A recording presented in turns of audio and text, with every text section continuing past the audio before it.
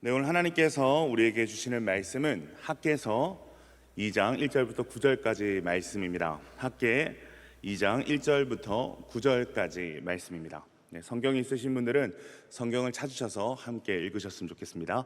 학개서 2장 1절에서 9절까지 말씀입니다. 제가 봉독하겠습니다. 일곱째 달 곧 그 달 21일에 여호와의 말씀이 선지자 학개에게 임하니라. 이르시되 너는 스알디엘의 아들 유다 총독 스룹바벨과 여호사닥의 아들 대제사장 여호수아와 남은 백성에게 말하 이르라. 너희 가운데 남아있는 자 중에서 이 성전의 이전 영광을 본 자가 누구냐? 이제 이것이 너희에게 어떻게 보이느냐? 이것이 너희 눈에 보잘것없지 아니하냐? 그러나 여호와가 이르노라. 스룹바벨아, 스스로 굳세게 할지어다. 여호사닥의 아들 대제사장 여호수아야, 스스로 굳세게 할지어다. 여호와의 말이니라. 이 땅 모든 백성아, 스스로 굳세게 하여 일할지어다. 내가 너희와 함께 하노라. 만군의 여호와의 말이니라. 너희가 애굽에서 나올 때에 내가 너희와 언약할 말과 나의 영이 계속하여 너희 가운데 머물러 있나니 너희는 두려워하지 말지어다. 만군의 여호와가 이같이 말하노라.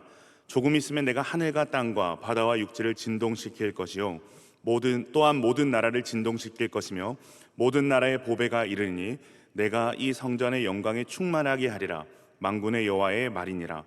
은도 내 것이요 금도 내 것이니라. 만군의 여호와의 말이니라. 이 성전의 나중 영광이 이전 영광보다 크리라.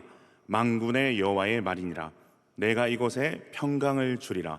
만군의 여호와의 말이니라. 아멘. 저희 어머니의 별명이 있습니다. 좀 TMI죠, 그죠? 설교 시작부터. 네, 어머니의 별명이 있는데 저희 어머니의 별명이 뭔가 하면 굳세어라 금순아입니다. 왜 저희 어머니 별명이 굳세어라 금순아일까요? 네, 저희 어머니 성함이 임자, 금자, 순자이기 때문입니다. 그런데 가만 보면 이 굳세어라 금순아라는 이 어머니의 별명이 이 어머니의 이름과 관련돼서 뿐만이 아니라 저희 어머니의 살아온 시간과도 참 잘 어울린다라는 생각이 듭니다. 제가 여기서 다 어머니의 삶을 여러분과 나눌 수는 없지만 제 기억 속에 저희 가정도 저희 어머니가 굳세시지 않으면 참 버틸 수 없는 순간들이 참 많았다라는 생각이 듭니다. 그래서 누가 지어줬는지 별명을 참 잘 지어줬다라는 생각을 했는데요. 사실 이 굳세어라 금순아라는 이 워딩은 사실 어떤 노래 제목입니다. 여러분 영화 국제시장 보셨어요? 국제시장, 네. 한 1,400만 명 이상이 국제시장을 봤다고 하는데 그 영화 국제시장의 배경이 흥남철수 작전이라는 이 작전의 배경을 두고 있습니다. 이 한국 전쟁이 발발하고 1950년 12월 15일부터 12월 26일까지 흥남에서 미군 10군단과 대한민국 국군 1군단 그리고 피난민 10만여 명이 철수한 작전이 이 흥남철수 작전입니다. 바로 이때 이 여동생 금순이와 헤어지고 혼자 부산으로 온 실향민이 여동생을 그리면서 이 남북 통일이 될 때까지 굳세게 살아달라고 바라는 내용의 노래가 바로 이 굳세어라 금순아라는 노래입니다. 자, 근데 여러분 이 굳세어라가 성경에도 등장하는 거 여러분 혹시 알고 계셨나요? 성경에도 굳세어라는 말이 등장을 합니다. 바로 오늘 우리가 읽었던 학개 2장 4절을 보면 3번이나 반복해서 이 굳세라라는 말이 등장하고 있습니다. 스룹바벨아, 스스로 굳세게 할지어다. 여호수아야, 스스로 굳세게 할지어다. 이 땅의 모든 백성아, 스스로 굳세게 하여 일할지어다. 여러분, 누가 스룹바벨에게, 누가 여호수아에게, 누가 이 포로기하는 유다 백성에게 굳세하라라고 3번이나 힘주어서 말하고 있는 것일까? 놀랍게도 이 굳세하라라고 말하고 있는 그 주인공은 바로 여호와 하나님이십니다. 하나님께서 총독 스룹바벨에게, 하나님이 대제사장 여호수아에게, 하나님이 남은 유다 백성들에게 말씀하시는 거예요. 너희는 스스로 굳세게 할지어다. 하나님이 지금 이들을 응원하고 격려하고 계신 것을 우리는 알 수 있는 거죠. 저는 영화 보는 것을 좋아하는데요, 그 영화 중에서도 마블 영화를 되게 좋아합니다. 얼마 전에도 아이를 장모님께 맡기고 아내와 함께 가오갤을 보면서 이 쌍따봉을 4,500번 정도 날리고 왔습니다. 특히 저희 아내가 이 마블 영화를 정말 좋아하는데 저희 아내는 마블 영화를 볼 때마다 인생 영화를 외칩니다. 그래서 매번 갱신되는 게 저희 아내의 인생 영화인데 어쨌든 저희 부부는 여러 가지 어떤 그 영화의 장르들이 있겠지만 이 히어로물을 되게 좋아합니다. 권선징악을 좋아하고 해피엔딩을 좋아합니다. 뭔가 딱딱 떨어져야 되고 확실히 승리를 해야 돼요. 아무리 영화 내용이 좋아도 해피엔딩이 아니면 그 영화는 저희에게 인생 영화가 될 수가 없습니다. 딱딱 떨어져야 속이 시원한 거죠. 여러분, 저희 부부뿐만이 아니죠. 사실 많은 사람들이 이 히어로물에 열광을 합니다. 왜 이렇게 사람들이 히어로물에 열광을 할까? 왜 해피엔딩이, 권선징악이, 이 확실한 승리를 보여주는 이 영화를 우리는 좋아하고 열광하는가? 여러분, 이유는 간단한 것 같습니다. 어떤 이유입니까? 우리의 삶이 그렇지 않기 때문입니다. 삶이 그렇게 딱딱 떨어지지 않기 때문이에요. 삶은 모호합니다. 애매합니다. 세상은 이 권선징악의 원리가 통하지 않는 것만 같습니다. 나쁜 사람이 더 큰 소리 치고 사는 것이 세상의 어떤 단편적인 모습입니다. 그리고 해피엔딩만큼 새드엔딩이 많은 것이 사실 이 세상의 일들이죠. 그러니까 영화에서라도 대리만족을 느끼고 희열을 경험하는 게 좋은 거예요. 여러분, 우리 신앙도 마찬가지입니다. 이번 주 금절에서 담임 목사님께서도 말씀하셨지만 이 믿음이 강해지면 강해질수록 점점 더 어려운 일이 닥치는 것만 같은 것이 신앙생활 같은 거예요. 영화처럼 뭔가 신앙이 확실한 승리를 매번마다 거두는 일이 거의 없는 것 같아요. 성경을 봐도 온통 예수 믿다가 핍박받고 죽임을 당했다는 이야기가 가득하고, 실제로 신앙의 선배들의 이야기를 들어봐도 버티고 또 버티면서 오게 된 곳이 지금 여기일 뿐이다라고 고백을 하는 거죠. 여러분, 죄송하지만 이것이 실제입니다. 이것이 우리가 살아내야 하는 신앙생활이라는 거죠. 오늘 이 말씀은 그런 우리를 향해서 하나님께서 격려하시고 응원하시는 겁니다. 너희는 스스로 굳세게 할지어다. 우리 시간 옆에 분들 이렇게 한번 축복했으면 좋겠습니다. 상대방 이름을 넣어서 한번 축복했으면 좋겠는데요, 할 수 있으면 하이파이브를 해가면서 한번 격려를 했으면 좋겠습니다. 자, 이름을 넣어서 이렇게 한번 합시다. 굳세어라 땡땡아 한번 합시다. 시작. 네. 네. 네, 여러분. 네. 굳세에 대한 큰일 날 것 같습니다. 그죠? 네. 하이파이브는 손길이 하는 건데 막 등을 때리고, 그죠? 네. 여러분, 지난달에 우리가 이 학계 말씀을 나눴는데 여러분 기억을 하실런지 모르겠습니다. 제가 학계를 기억하려면 여러분 뭘 기억해야 된다 그러죠? 성전 재건, 내가 학계. 기억하시는 분들이 있어요. 이 말 그대로 학계는 포로기한 이후에 한 18년 동안 멈췄던 성전 재건을 다시 시작하게 하는 사명을 받았던 사람이었습니다. 이 학계를 통해서 하나님이 전하신 말씀의 내용이 뭐였죠? 너희가 성전을 재건할 여력이 안 된다고 말하면서 성전을 이렇게 황폐하게 방치해놓고 너희의 집을 보수하고 짓는 일에는 이렇게 빠르지 않았느냐?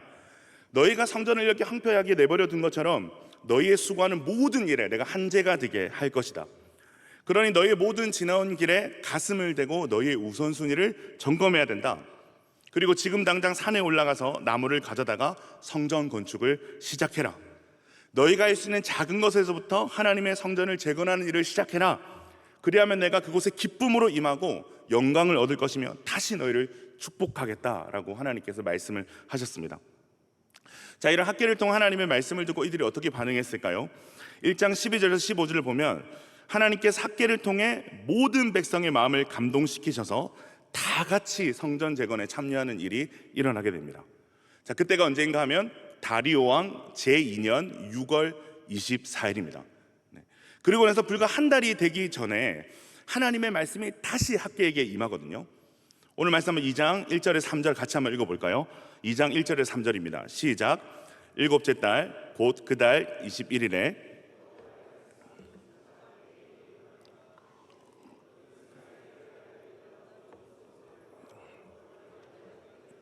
여호수아 남은 백성에게 말하여라. 너희 가운데 남아있는 자 중에서 이 성전의 이전 영광을 본 자가 누구냐? 이제 이것이 너희에게 어떻게 보이느냐? 이것이 너희 눈에 보잘것없지 아니하냐? 자, 성전 재건이 시작된 후에 또 언제 말씀이 임했다고 되어 있죠? 7월 21일에 말씀이 임했다고 되어 있습니다. 한 달이 채 안 된 시간 동안 다시 한번 하나님 말씀이 임한 거죠. 우리는 이 7월 21일이라는 날짜에 좀 주목할 필요가 있습니다. 이 21일은 15일부터 7일 동안 거행되는 이스라엘의 아주 큰 절기인 초막절의 마지막 날입니다. 즉 초막절의 절정이 20일이라는 거죠. 여러분, 이 초막절이 어떤 절기입니까? 애굽을 탈출한 이스라엘 백성들이 40년 동안 광야에서 초막 생활을 한 것을 기념하기 위한 절기입니다. 그리고 또한 이 초막절은 여름 추수를 축하하는 축제이면서, 그리고 솔로몬이 성전을 봉헌한 절기가 바로 이 초막절입니다. 잔치의 날이고 풍성한 날이고 축제의 날이 이 초막절이라는 거죠. 자, 그런데 문제가 있어요. 그 문제가 뭡니까? 여름 추수를 축하하면서 그 풍성한 어떤 곡식들을 나누고 기념하는 절기인데, 지금 백성의 소출이 어떻습니까? 너무너무 빈약한 거예요. 그렇기 때문에 잔치인데도 백성들이 기뻐할 수가 없는 거예요. 자, 또한 이 절기 때 어떤 일이 일어났다고 했죠? 솔로몬이 성전을 봉헌한 절기라고 했습니다. 어마어마한 위엄을 자랑하는 솔로몬의 성전이 하나님께 봉헌된 날이 이 초막절이라는 거죠. 여러분 상상해 보세요. 얼마나 대단한 축제였겠습니까? 자, 그런데 바로 지금 이 자리에 이 솔로몬의 성전이 봉헌되는 그 날을 실제로 보고 기억하는 사람들이 살아서 존재하고 있다는 겁니다. 자, 그 사람들에게, 예전에 그 솔로몬의 영광을 받던 사람들에게 지금 짓고 있는 성전이 여러분 어떻게 보이겠어요? 솔로몬의 성전과 비교가 되겠습니까? 되겠습니까? 비교가 되겠죠. 그때 솔로몬의 성전의 영광이 얼마나 위대했겠습니까? 그때 그 봉헌식이 얼마나 화려하고 찬란했겠습니까? 그런데 지금 자신들이 짓고 있는 하나님의 성전이 상대적으로 너무너무 초라해 보이는 거예요. 그래서 그로 인한 말할 수 없는 실망감과 패배감이 그들 가운데서 올라오고 있는 거죠. 여러분, 이게 사람입니다. 하나님의 말씀이 임한 지가 한 달이 채 되지 않았어요. 그런데 그들은 또다시 눈에 보이는 것들로 낙심하고 실망하고 있습니다. 하나님께서 1장에서 이 성전 재건에 대해서 말씀하실 때 여러분 뭐라고 말씀하셨는지 기억이 나나요? 너희가 보기에 이 솔로몬의 성전과 지금 너희가 지어야 할 성전이 비교할 수 없을 정도로 그 수준 차이가 나는지 모르겠지만 나에게는 그것이 문제가 되지 않는다. 나는 너희의 마음을 받겠다. 나를 예배하길 원하고 너희의 상한 심령을 받길 원하고 나를 너희가 가장 우선순위에 놓기를 원하는 너희의 마음을 받겠다라고 말씀을 하셨어요. 그러니 주위에 있는 산들에서 나무를 해와서 지금 성전을 지어라. 내가 그곳에 기쁨으로 거하겠다. 내가 바로 그곳에서 영광을 얻겠다라고 말씀을 하셨거든요. 그래서 이 하나님의 말씀에 이스라엘의 지도자로부터 모든 백성들이 엄청난 감동을 받았습니다. 그 뜨거운 감격을 가지고 용기를 내고 서로를 격려하고 으쌰으쌰해서 성전을 지어간 지가 여러분 얼마가 지난 거예요? 한 달이 채 지나지 않은 거예요. 그런데 이 초막절의 절정이 다가오자 다시 자신들의 이 빈약한 소출 앞에서 자신들이 지금 지어나가고 있는 너무나도 초라해 보이는 이 성전의 터를 보고 그들이 또다시 실망하고 좌절하고 있다는 것을 우리는 발견할 수 있습니다. 에스라 3장 12절 13절을 보면 이 상황을 더 상세히 묘사를 하고 있는데요, 제가 한번 읽어드릴게요. 제사장들과 레위 사람들과 나이 많은 족장들은 첫 성전을 보았으므로 이제 이 성전의 기초가 놓임을 보고 대성통곡하였으나 여러 사람은 기쁨으로 크게 함성을 지르니 백성이 크게 외치는 소리가 멀리 들리므로 즐거이 부르는 소리와 통곡하는 소리를 백성이 분간하지 못하였더라. 이 성전의 기초가 막 올라오기 시작하니까 젊은 세대들은 막 환호를 하는 거예요. 자, 그런데 이전에 이 솔로몬 성전의 영광을 보았던 세대들은 지금 어떻게 반응하고 있습니까? 에스라 말씀을 보면 대성통곡하고 있다라고 기록하고 있습니다. 여러분, 추억은요, 과거를 실제보다 긍정적으로 생각하게 하는 반면에 현실을 실제보다 비하시키는 경향이 있습니다. 이 광야 생활을 하면서 애굽에서 노예 생활을 하던 때를 동경하던 이 이스라엘 백성들의 불평이 대표적인 케이스죠. 자, 그런데 그것보다 더 심각한 문제가 있어요. 비난과 비하와 부정의 목소리는 전념력이 아주 강하다라는 겁니다. 12명의 정탐꾼들이 가나안을 정탐하고 왔는데 모든 이스라엘 백성들이 비하와 비난과 부정의 목소리에만 반응을 하는 것을 우리는 알고 있습니다. 우리 인간이 이런 본성을 가지고 있다는 거예요. 그래서 이 네거티브의 전념력이 엄청난 거죠. 여러분, 지금도 마찬가지예요. 몇 명 되지 않는 노인들의 증언들로 시작된 비하와 부정을 시작으로 이 새롭게 건설되고 있는 성전을 향한 푸념과 불만을 늘어놓는 사람들이 점점점 늘어나고 있는 거예요. 이처럼 초라하고 보잘것없는 성전을 지으려면 차라리 짓지 말자라는 주장이 이곳저곳에서 막 들려오기 시작하는 거죠. 앞으로 5년은 더 지어야 될 성전인데 겨우 한 달도 안 돼서 비난의 목소리가 높아지고 있는 겁니다. 여러분, 하나님의 입장에서 이들을 보면 어떤 생각이 들겠어요? 불과 한 달 전에 이 성전의 가치에 대해서 하나님이 그렇게 이야기를 하셨는데 또다시 이 성전의 외형 때문에 푸념과 불만을 늘어놓고 이 대성통곡을 하는 이들을 보면서 하나님께서 어떻게 생각을 하시겠습니까? 제가 하나님이면은 이제 좀 그만하자라고 얘기할 것 같아요. 성전 재건이고 보고 너희랑은 못하겠다라고 하실 것 같아요. 자, 그런데 놀랍게도 오늘 말씀에 등장하는 우리 하나님은 이들의 비난을 인정해주고 계십니다. 3절의 후반부에 보면 너희 눈에 보잘것이 없지 아니하냐라고 말씀해주고 계세요. 이 질문이 그들의 비난을 인정하신다라는 뜻입니다. 초라해 보이지, 보잘것 없어 보이지, 그거 알아 라고 말씀을 하시는 거죠. 자, 하나님께서 그러면 이들의 비난을 인정하시는 이유가 뭘까요? 왜 하나님은 이들의 비난을 공감하시고 받아주시는 것일까요? 하나님도 이거 동일하게 생각하시기 때문입니까? 아니에요. 하나님께서 이렇게 말씀하시는 이유는 너희의 마음을 내가 안다는 겁니다. 하나님이 공감해주고 계신 거예요. 하나님이 이스라엘 백성을 토닥토닥 해주시고 계신 겁니다. 여러분, 지금 이스라엘 그 유다 백성의 가장 큰 문제는 무엇입니까? 이 본질을 잊어버리고 있다는 데 있거든요. 1장에서는 당장에 눈에 보이는 자신의 일상을 회복하는 것에만 바빴어요. 하나님께서 자신들을 포로 생활에서 귀환하게 하신 것을 잊어버렸어요. 하나님께서 이 모든 것을 주장하시는 만군의 여호와라는 것을 방관했어요. 회복의 주체를 망각한 거죠. 뭐 때문에?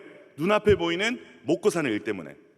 그들의 눈에는 자신들의 살집을 보수하고 먹고 살 일들을 해결하는 것이 더 급하고 중요했던 거예요.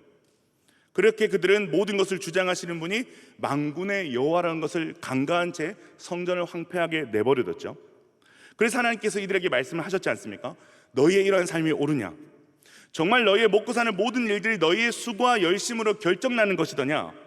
모든 생사복의 주권자가 누군지를 너희 가만히 한번 생각해봐라. 자, 그리고 한 달 후에 이 성전의 기초가 지어진 모습을 보고 또다시 그 외형에 실망하며 낙심하는 이들을 향해서 하나님께서 다시 말씀하고 계시는 거예요. 얘들아, 눈에 보이는 거 말고 진짜 이 성전의 가치가 무엇인지를 너희 기억해야 돼 라고 말씀을 하시는 거죠. 사랑하는 아버지 동역자 여러분, 성전의 가치가 어디 있을까요? 성전의 가치가 대체 어디에 있을까요? 여러분, 성전의 가치는 성전에 임하시는 하나님께 있는 줄 믿습니다. 자, 그렇다면 성전에 있어서 뭐가 제일 중요한 거예요? 하나님께서 이 성전에 대해서 어떻게 생각하시는가? 그럼 그게 중요한 거겠죠. 하나님이 거하실 처소니까요. 하나님께서 새로 건축되고 있는 성전이 너무 초라해서 나는 도저히 그곳에서 너희를 만날 수가 없다라고 하시면 그때는 백성들이 대책을 강구해야 되는 거예요. 그런데 하나님께서 이 성전의 초라함에 대해서 이야기하십니까? 불만을 제기하십니까? 아니요. 하나님은 이 성전의 초라함이 결코 문제가 될 수 없다라고 강력하게 말씀해주고 계세요. 우리 4절 말씀 다시 한번 읽어볼까요? 시작. 그러나 여호와에게 이르노라 스룹바벨아 스스로 굳세게 할지어다.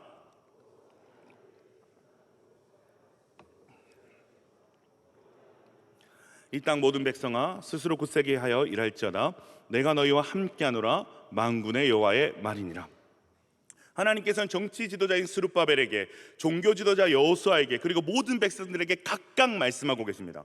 스스로 굳세게 할지어다. 여기서 굳세게 하다라는 이 단어는 하자크라는 히브리 단어를 쓰는데, 이것을 어떤 주석에 보니까 하나님께서 그들에게 얘들아 힘내라고 하는 것으로 해석을 해놨더라고요. 여러분, 우리가 누군가에게 힘내라고 할 때 어떤 의미가 있습니까? 우리가 보통 상대방에게 힘내라고 할 때는 우리가 상대방의 문제를 해결해 줄 수 없을 때 마지못하는 인사말인 경우가 많습니다. 그 힘내랑 비슷한 의미를 가진 우리가 자주 하는 말이 있죠. 뭐죠? 기도할게. 뭐 알죠, 그죠? 네. 웃는 사람들은 이렇게 막 영혼 없이 기도할게 해본 사람들이에요. 사실 우리가 힘든 일을 겪고 있는 누군가에게 할 수 있는 최선의 말이죠. 그 누군가를 위해서도 기도하는 것이 최선이기도 하고요. 그리고 그 상황을 빨리 모면하기 위해서도 최선의 말이 기도할게인 것 같아요.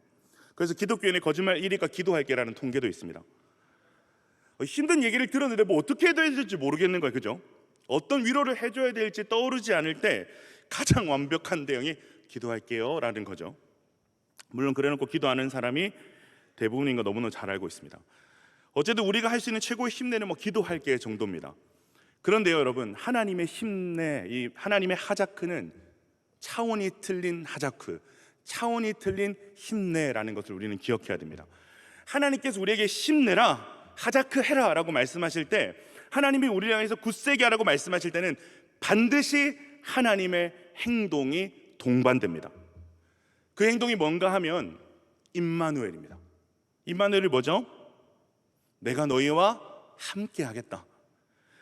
그러니 힘내라는 거예요. 그러니 굳세라는 거죠. 다시 한번 4절을 보면은 내가 너희와 함께하노라 만군의 여호와의 말이니라. 스스로 굳세게 할지어다라고 3번이나 말씀을 하시죠. 이 히브리 문화의 3은 최선의 숫자거든요. 즉 최고의 강조이자 권면을 하고 계신 거예요.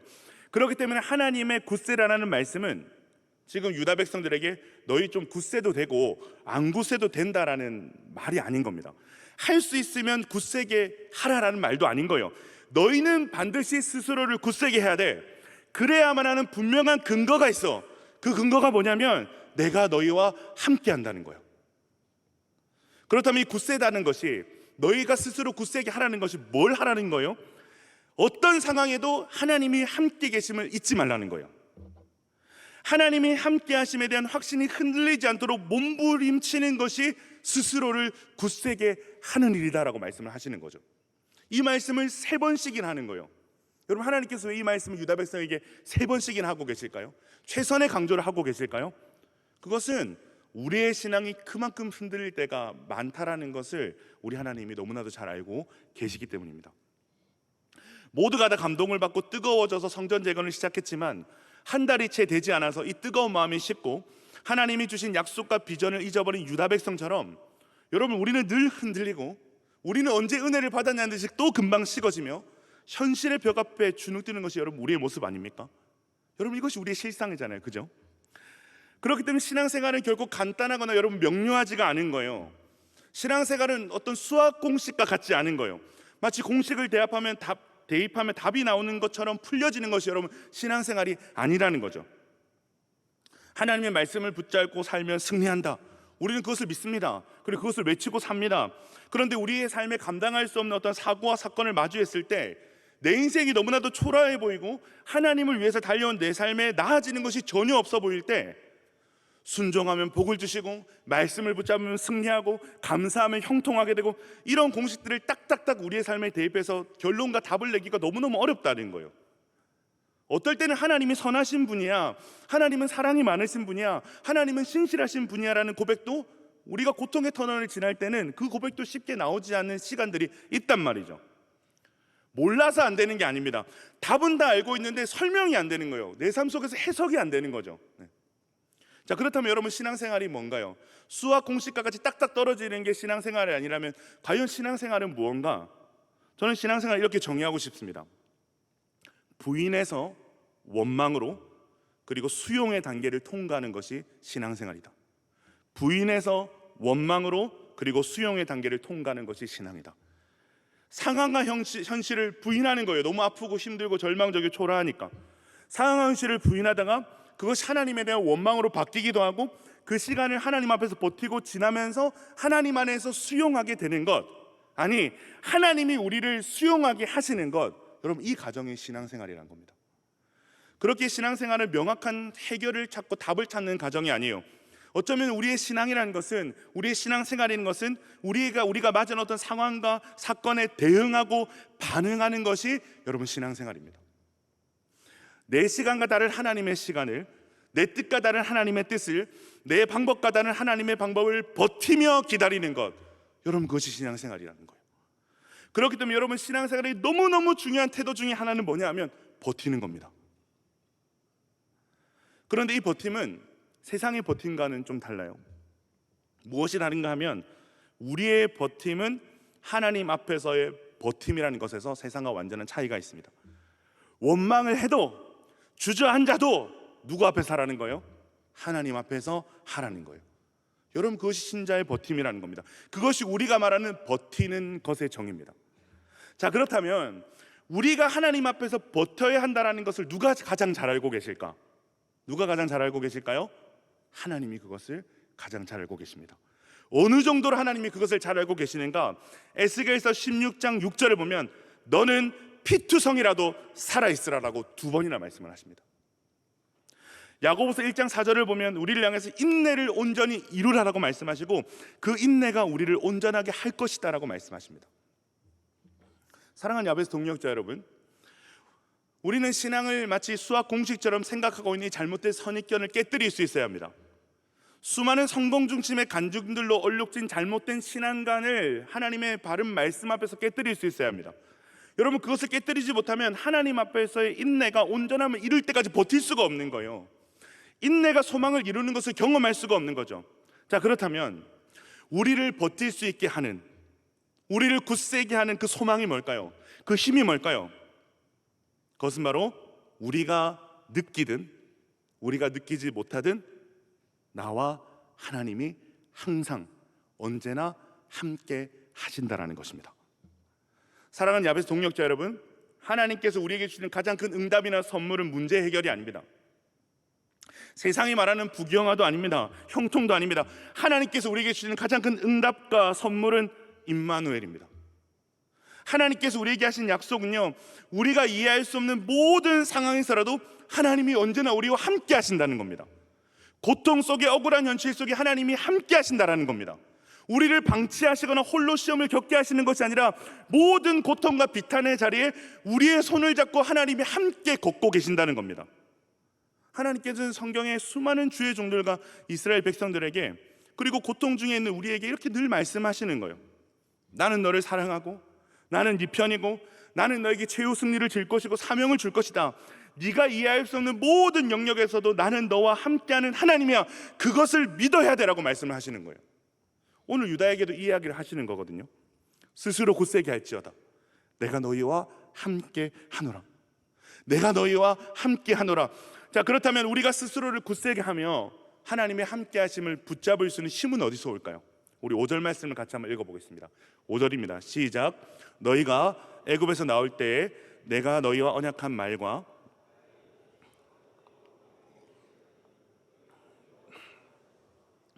우리가 스스로 굳세게 할 수 있는 힘, 우리가 하나님의 함께 하심을 붙잡을 수 있는 힘은 하나님의 백성에게 주어진 약속의 말씀과 성령이라고 얘기하고 있습니다.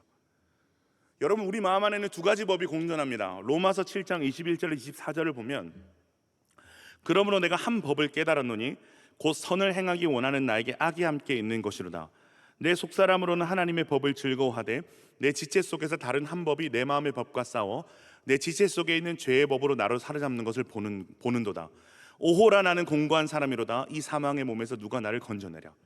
우리의 내면에는 두 가지 법이 존재하는데 하나는 하나님의 법이고 하나는 죄의 법이라고 사도 바울이 이야기하고 있습니다.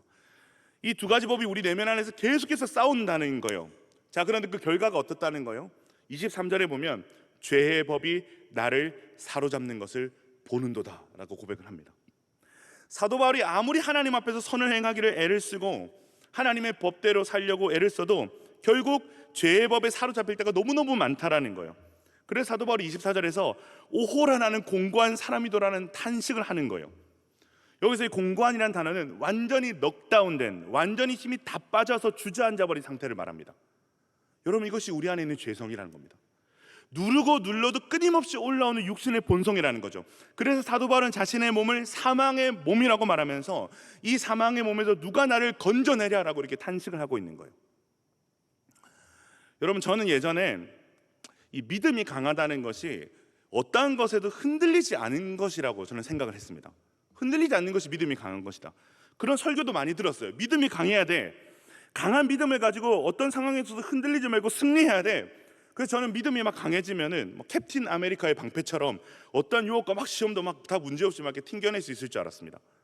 그런데 시간이 지나면 지날수록, 말씀을 알아가면 알아갈수록, 내 삶 속에 말씀이 들어와서 믿음이란 것들이 어떤 것인지를 가르쳐주면 가르쳐줄수록 믿음은 그런 것이 아니었구나라는 것을 깨닫게 됩니다.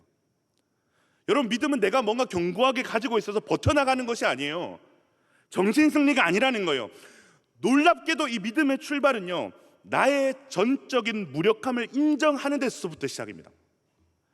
그래서 단 하루도 하나님의 은혜가 없으면, 단 하루도 하나님께서 붙잡아 주시지 않으면 언제든 무너지고 쓰러지는 존재가 나라는 것을 인정하고 하나님만을 전적으로 의존하는 것이 여러분 믿음입니다.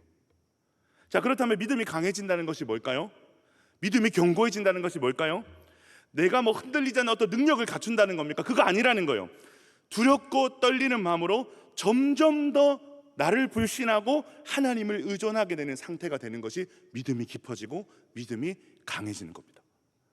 나는 늘 무너지지만, 나는 늘 흔들리지만 하나님은 무너지지 않으시고 하나님은 흔들리지 않으시기 때문에 그 하나님의 함께하심과 변함없는 약속을 의존하는 것이 여러분 믿음이라는 거예요.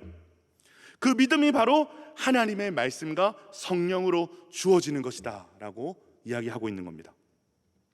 여러분, 지금 유다 백성들은 또다시 흔들리고 있습니다.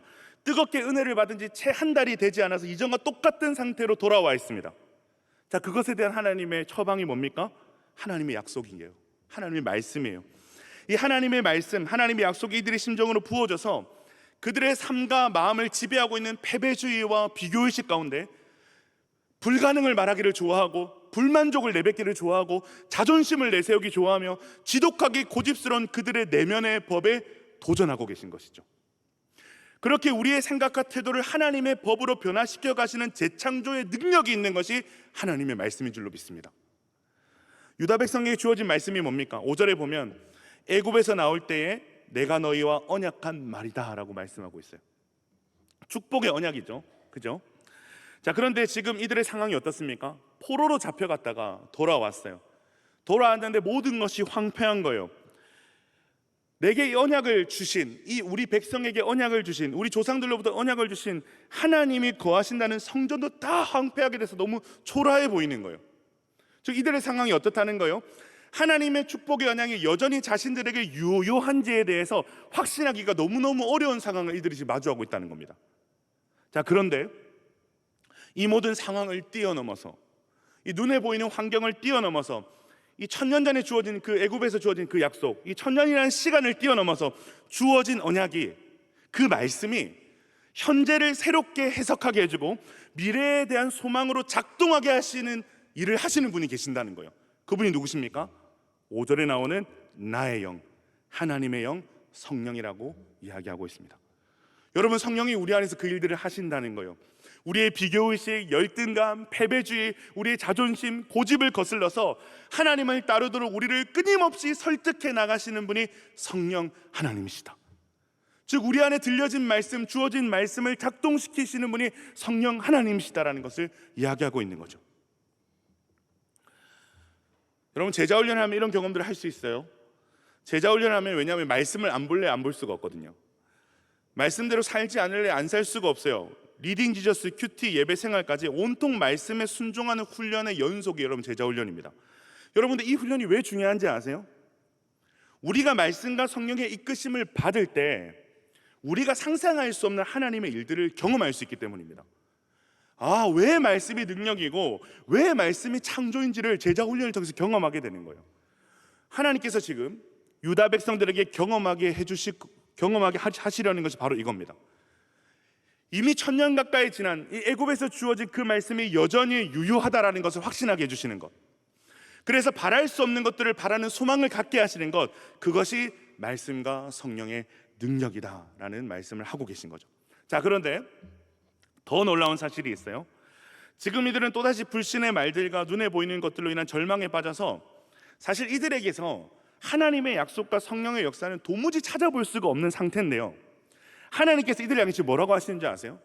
내가 너희와 언약한 말과 나의 영이 계속해서 너희 가운데 머물러 있다라고 말씀하시는 겁니다. 그러니 너희는 두려워하지 말라라고 말씀하시는 거예요.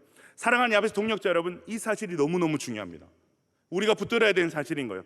우리는 우리의 어떠함에 의해서 하나님의 함께 하심의 유무를 수없이 판단하려고 듭니다.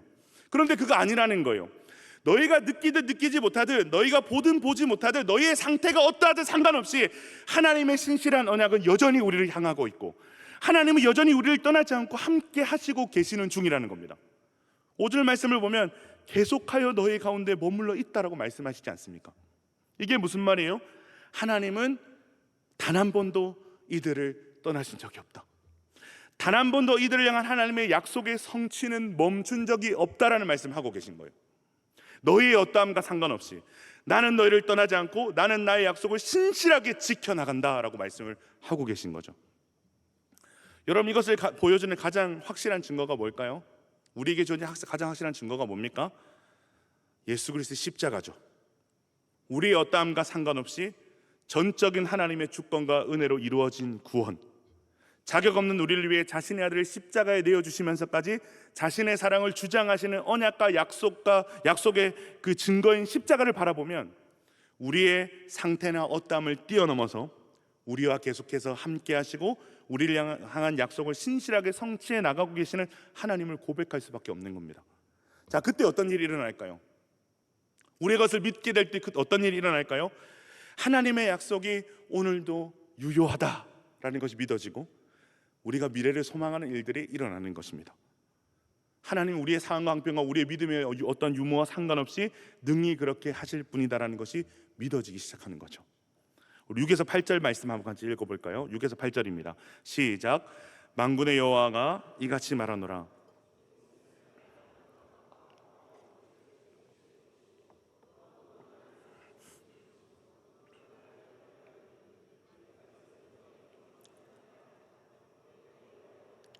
은도 내 것이요 금도 내 것이니라 만군의 여호와의 말이니라. 아멘.